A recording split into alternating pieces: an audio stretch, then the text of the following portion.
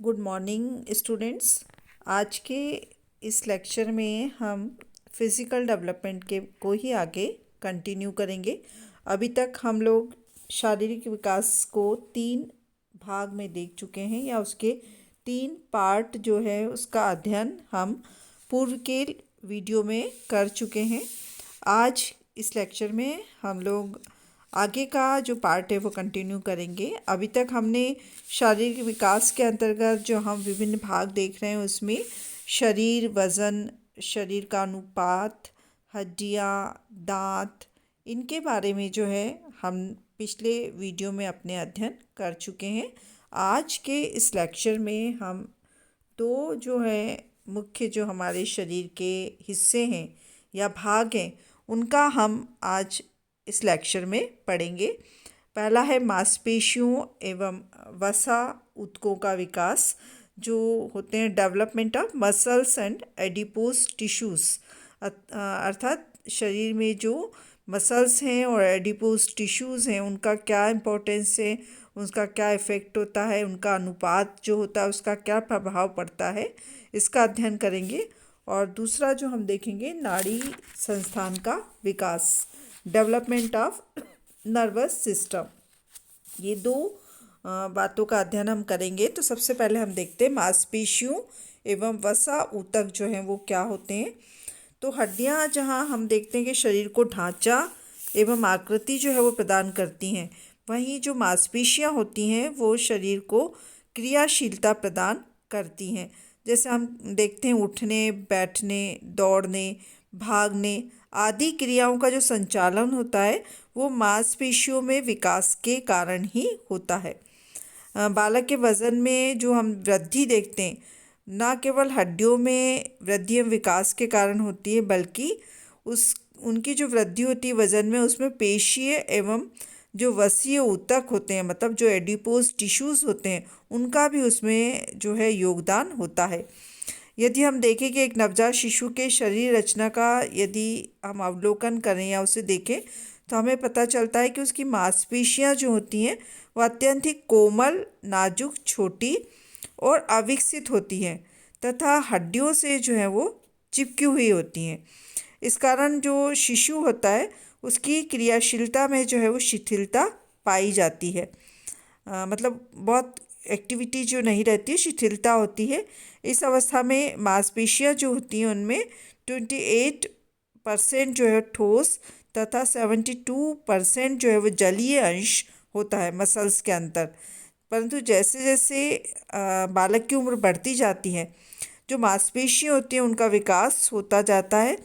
ये लंबाई, चौड़ाई और मोटाई जो है उसमें बढ़ती जाती हैं तथा परिपक्व अवस्था तक मांसपेशियों की मोटाई जो होती है वो जन्म के समय से 5 गुना तक हो जाती है। और किशोरावस्था तक मांसपेशियों के का जो ठोस अंश है जो 34% तथा जलीय अंश जो होता है वो 66% जो है वो तक रह जाता है। जीवन के जो प्रारंभिक वर्ष होते हैं उसमें वसीय ऊतकों का विकास जो होता है वो मांसपेशियों की अपेक्षा तीव्र गति से होता है। मतलब जो एडिपोज टिश्यूज़ होते हैं वो तीव्र गति से जो है उनमें विकास होता है। अब हम देखते हैं कि मांसपेशीय और जो वसीय ऊतक होते हैं उनका क्या अनुपात रहता है, उसका क्या प्रभाव होता है। Effect of ratio of muscles and adipose tissues.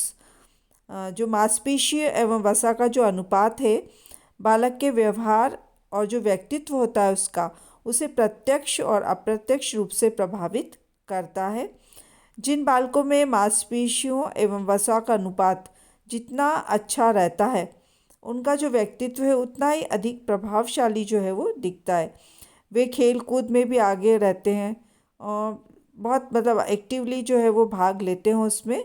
इतना ही नहीं, वे कठिन से कठिन परिस्थितियों में भी घबराते नहीं हैं, ऐसा माना गया। जो विकट परिस्थितियां होती हैं उसका भी वो मुकाबला कर लेते हैं। इस कारण वह खेल के साथ ही विद्यालय के शिक्षक, घर में अभिभावक, एक समाज के लोगों के द्वारा जो है पसंद किए जाते हैं। उन्हें जो है मित्रों से भी प्रशंसा मिलती है। इसके विपरीत हम देखते हैं कि अधिक मोटे, थुलथुले एवं भारी शरीर रचना वाले जो बच्चे होते हैं वो अक्सर जो है वो सुस्त देखे जाते हैं। वे खेल कूद में भी पीछे रहते हैं और इसलिए खेल के साथी जो है उन्हें थोड़ा कम पसंद करते हैं। जो स्टडीज़ हुई हैं उनमें यह भी देखा गया है कि लड़कियों की मांसपेशियां जो होती हैं लड़कों की अपेक्षा अधिक लचीली, कोमल एवं कम शक्तिशाली जो है वो होती हैं, और लड़कों की मांसपेशियां जो होती हैं वो अधिक मजबूत एवं शक्तिशाली होती हैं। मांसपेशीय एवं जो ऊतक होते हैं उनका विकास बालकों के जो शरीर रचना एवं गठन पर भी निर्भर करता है। वे बच्चे जिनकी शरीर रचना जो है वो एंडोमार्फिक प्रकार की होती है उनमें मांसपेशियां जो है वो कम होती हैं, अर्थात उनमें पेशी ऊतक जो है वो कम होते हैं तथा वसी ऊतक की मात्रा जो है वो अधिक होती है। इस कारण वे मोटे, थुलथुले एवं गोल मटोल जो है वो दिखाई देते हैं और इनका शरीर कोमल एवं शक्तिहीन होता है। दूसरा जो एक प्रकार शरीर रचना में बताया जाता है वो होता है मीज़ोमॉर्फिक। ये जो होते हैं इनमें पेशी ऊतक एवं संयोजी ऊतक जो होते हैं उनकी मात्रा अधिक विकसित होती है और इनकी पेशियां भी लंबी, मोटी, सुदृढ़, कठोर एवं शक्तिशाली होती हैं। इनका बदन जो है गठीला, मजबूत एवं बलशाली जो है वो दिखाई देता है और इनका व्यक्तित्व जो है वो इस कारण सुंदर, आकर्षक, प्रभावशाली और साथ ही प्रभुत्वशाली जो है वो दिखाई देता है। और तीसरा जो प्रकार बताया गया है शरीर रचना का वो होता है एक्टोमार्फिक प्रकार। इस प्रकार के प्रकार वाले जो होते हैं उनकी पेशियां लंबी, पतली, लचीली एवं कमज़ोर होती हैं और इनमें जो एडिपोज टिश्यूज़ होते हैं, वसी ऊतक जो होते हैं उनकी मात्रा भी बहुत ही कम होती है। वे शक्तिहीन होते हैं और कमज़ोर, दुर्बल टाइप के जो है वो होते हैं। ये जो हमने देखे 3 प्रकार जो होते हैं शरीर रचना के जो देखे गए हैं, एंडोमार्फिक, मीज़ोमॉर्फिक और एक्टोमार्फिक, ये जो है बहुत कुछ मांसपेशीय एवं वसा ऊतक जो है वो शरीर में किस प्रकार के हैं उनके वो जो है वो इन तीनों टाइप्स का जो है उसके द्वारा जो है वो निर्धारण होता है। हम देखते हैं कि पूर्व बाल्यावस्था में मांसपेशियों का विकास जो होता है वो तीव्र गति से होता है और लगभग 5-6 वर्ष की अवधि तक मांसपेशियों का विकास जो है वो शारीरिक अनुपात के अनुसार ही बढ़ता है। इस उम्र के बालक के शरीर भार का 75% जो है वो भाग मांसपेशियों के कारण होता है और उत्तर बाल्यावस्था, वयःसंधि एवं उत्तर किशोरावस्था में जो मांसपेशियाँ होती हैं उनके आकार एवं भार में वृद्धि जो होती है तीव्र गति से होती है। इसका कारण जो प्रमुख कारण होता है बालकों की लंबाई में कम वृद्धि का होना होता है। अब ये जो फैटी टिश्यूज़ होते हैं इनका जो विकास होता है वो मुख्यतः आनुवांशिक गुणों जो हेरिडिटी होती है या आर्थिक, सामाजिक स्तर एवं शरीर रचना जो है उस पर निर्भर करता है। इसके साथ ही जो खान पान की आदत है वो भी वसीय ऊतकों के निर्माण व विकास जो है उसको प्रभावित करती हैं, क्योंकि जैसा अधिक वसा एवं कार्बोज युक्त आहार के सेवन से शरीर में जो है वो वसीय ऊतकों का जो निर्माण है वो होता है और एक बार शरीर में यदि वसीय ऊतकों का निर्माण एवं विकास हो जाता है तो वह बढ़ता ही जाता है जब तक कि खान पान की जो गलत आदतें उनमें सुधार जो है वो नहीं किया जाए। इस प्रकार हम देखते हैं कि अलग अलग उम्र में जो है वो मांसपेशियों वसा ऊतकों के विकास में जो सह संबंध जो है वो पाया जाता है। यदि किसी बालक के शरीर में मांसपेशियों के विकास के अनुपात के अनुसार ही वसीय ऊतकों का विकास होता है तब वह बालक की शरीर रचना एवं उसके व्यक्तित्व को भी प्रभावित करता है। इस प्रकार अभी हमने देखा कि मांसपेशियाँ एवं वसा जो ऊतक हैं वो उनकी किस प्रकार से शरीर में अनुपात होता है।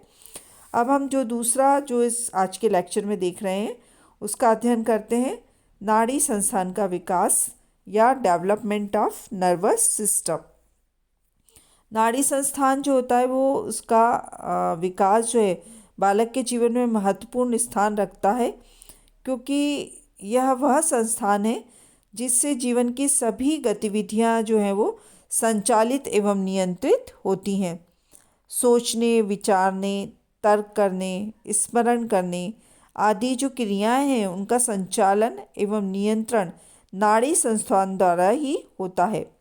गर्भकालीन जो अवस्था से लेकर शिशु जन्म के 3-4 वर्ष बाद तक नाड़ी संस्थान का विकास जो है वो अत्यंत ही तेजी से होता है और उसके बाद हम देखते हैं कि नाड़ी संस्थान के विकास की गति जो है वो धीमी हो जाती है। जन्म के समय जो मस्तिष्क का वज़न होता है वो 250 ग्राम होता है और जो परिपक्व अवस्था तक आते आते 1250 या 1400 ग्राम तक हो जाता है। अर्थात जो परिपक्व अवस्था तक जो मस्तिष्क का वज़न है उसमें 5 गुना तक वृद्धि जो है वो हो जाती है। गर्भावस्था में ही नाड़ी संस्थान में जो विकास है उनकी तंत्रिका कोशिकाओं की संख्या एवं आकार में वृद्धि के कारण होता है, जबकि जन्म के 3-4 वर्ष बाद तक जो नई तंत्रिका कोशिकाओं का निर्माण जो है वो नहीं होता है, बल्कि जो पुरानी कोशिकाएं जो होती हैं वही विकसित होती रहती हैं जो गर्भकालीन अवस्था में अपरिपक्व होती हैं। जन्म के बाद 2 वर्ष की अवस्था तक शिशु के मस्तिष्क में जो विकास होता है वह मुख्यतः उसका जो प्रमस्तिष्क होता है, सेरिब्रम जो होता है, और अनुमस्तिष्क सेरिबेलम भाग जो होता है उसमें होता है। और प्रमस्तिष्क मानसिक क्रियाओं जैसे सोचने, समझने, तर्क करने, स्मृति करने आदि के लिए जिम्मेदार होता है, जो सेरिबेलम वाला जो पार्ट होता है मस्तिष्क का। जबकि अनुमस्तिष्क जो होता है, जो सेरिबेलम होता है, वो शारीरिक संतुलन एवं शारीरिक संस्थिति नियंत्रण, बॉडी बैलेंस एंड जो हम बात करते हैं पोस्चर कंट्रोल, उसमें जो है वो अनुमस्तिष्क जो है उसका महत्वपूर्ण भूमिका रहती है। और ये दोनों ही जो हैं प्रमस्तिष्क और अनुमस्तिष्क, इनमें वृद्धि एवं विकास जो है वह अत्यंत ही तीव्रता से होता है और 1 वर्ष की अवस्था तक इनका जो वज़न है जन्म के वज़न से तिगुना हो जाता है। जो 8 वर्ष की अवस्था तक मस्तिष्क का विकास जो है वो लगभग पूर्ण हो जाता है।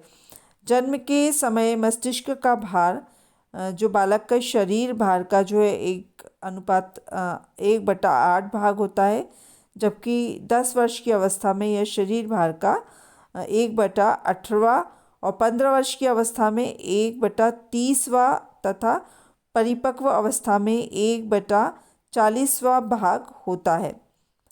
इस प्रकार हम देखते हैं कि 6 वर्ष की जो अवस्था तक आते आते जो है वो बच्चे में मस्तिष्क का 90% तक जो है विकास हो जाता है और उत्तर बाल्यावस्था से किशोरावस्था तक केवल 5% ही मस्तिष्क का विकास होता है। इस प्रकार हम देखते हैं कि प्रारंभिक जो अवस्था है उसमें मस्तिष्क जो है वो काफ़ी हद तक जो है वो विकसित हो जाता है, 90% तक जो है वो विकसित हो जाता है। तो आज हमने शारीरिक विकास के अंतर्गत 2 पॉइंट पर चर्चा की। एक तो जो शरीर में पाए जाते हैं मांसपेशी एवं वसा ऊतक, और दूसरी जो हमने बात की वो थी नर्वस सिस्टम या नाड़ी संस्थान के बारे में। आज का जो लेक्चर है वो हम यहीं समाप्त करते हैं। फिज़िकल डेवलपमेंट को अभी हम आगे के और लेक्चर्स में भी कंटिन्यू करेंगे, क्योंकि ये काफ़ी बड़ा टॉपिक है और हमें शरीर रचना को जो है अच्छे प्रकार से समझना आवश्यक है। इसलिए हम इसको 1-1, 2-2 बिंदु के रूप में ले रहे हैं ताकि आप उसको स्टूडेंट्स अच्छे प्रकार से समझ सकें।